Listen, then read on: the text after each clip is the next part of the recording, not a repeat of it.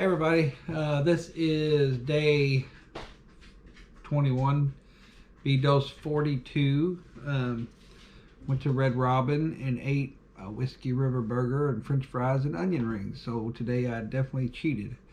We'll see what happens tomorrow. But anyway, it don't hurt too bad. I've done it before. So tomorrow I'll just probably eat tilapia or something. But anyway, getting ready to go to work and gonna take my medicine, and then I will be done with day 21 and start day 22.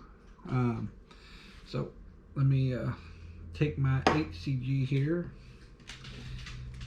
and yeah, I think I've decided I'm just gonna do the next phase, which is phase 4, and that'll be the end of what I'm gonna do for this time.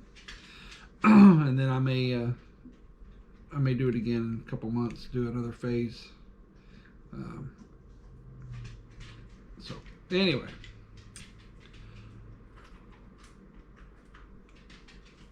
there we go. So I will be back in the morning to do phase or to do dose. What would that be? 22 before be dose 43. So. All right, I will see you tomorrow.